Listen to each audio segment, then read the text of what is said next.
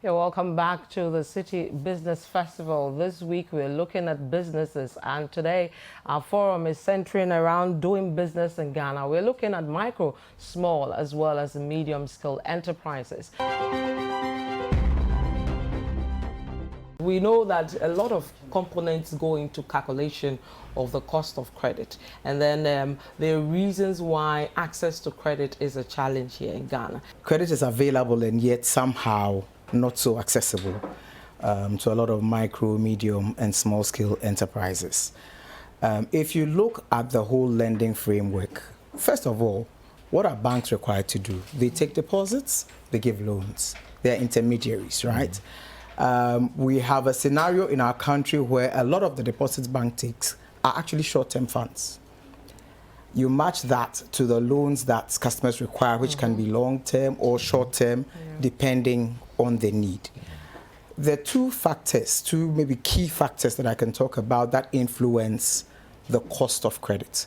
One of them is the perceived risk of the borrower. So for anybody who approaches a bank to obtain credit, there's a whole risk assessment that is done. Is it just the confidence, or there's something else pulling people? No, look, the investor rides on confidence. He puts a matrix of factors there and actually takes and decides that, well, yeah, this is a place I can do business. This is a place where my business can grow. So there is a combination of a matrix of the market, a matrix of policies that you have, a matrix of what plans the country has for the future, and a matrix of what the incentives are, but that's not even very important, but whether there's a market. Who sells the Indomie and all those are in the micro. What form of taxes are they expected to pay? With those who are operating in that sector, we have what we call those who pay by way of tax stamp.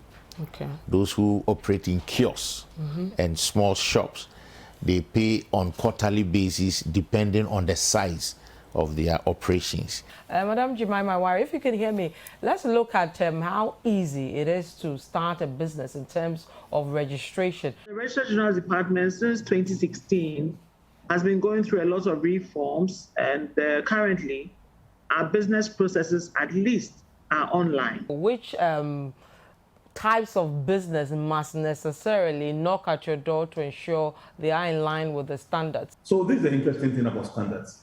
Because it's a trading tool, at best, every standard is voluntary. Okay. And that's almost interesting, at best. However, for health and safety and environment reasons, national governments, including our governments, make several standards mandatory. Cyril, please go ahead with your question. Thank you very much, Vivian. I would want to know from your panel who the regulators of private equity in Ghana are, and if one is to set up a private equity company in Ghana, who are the authorities to speak to? It's not very clear the people to approach, whether it's SEC, Bank of Ghana, or who. So if they could please throw more light. And also to Yofi, if one is to set up a private equity in Ghana, what are some of the incentives the company stands to get should they register with the GIPC? Thank you. Okay. On the registration of private equity business in Ghana, it's a business.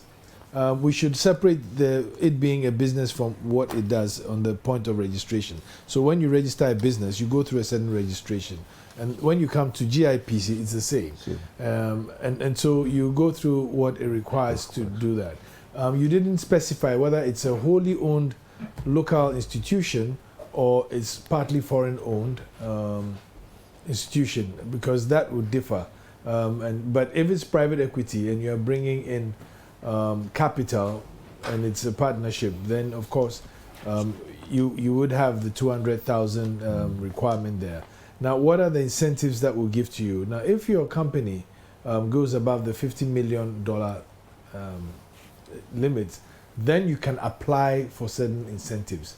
Now, we may give them to you, but the final authority on whether you have it or not lies with the Ministry of Finance as to what the business you're going to do. And so I think that's what I have at the top of my head. I am not sure there are any special incentives to give to private equity or financing companies. Okay.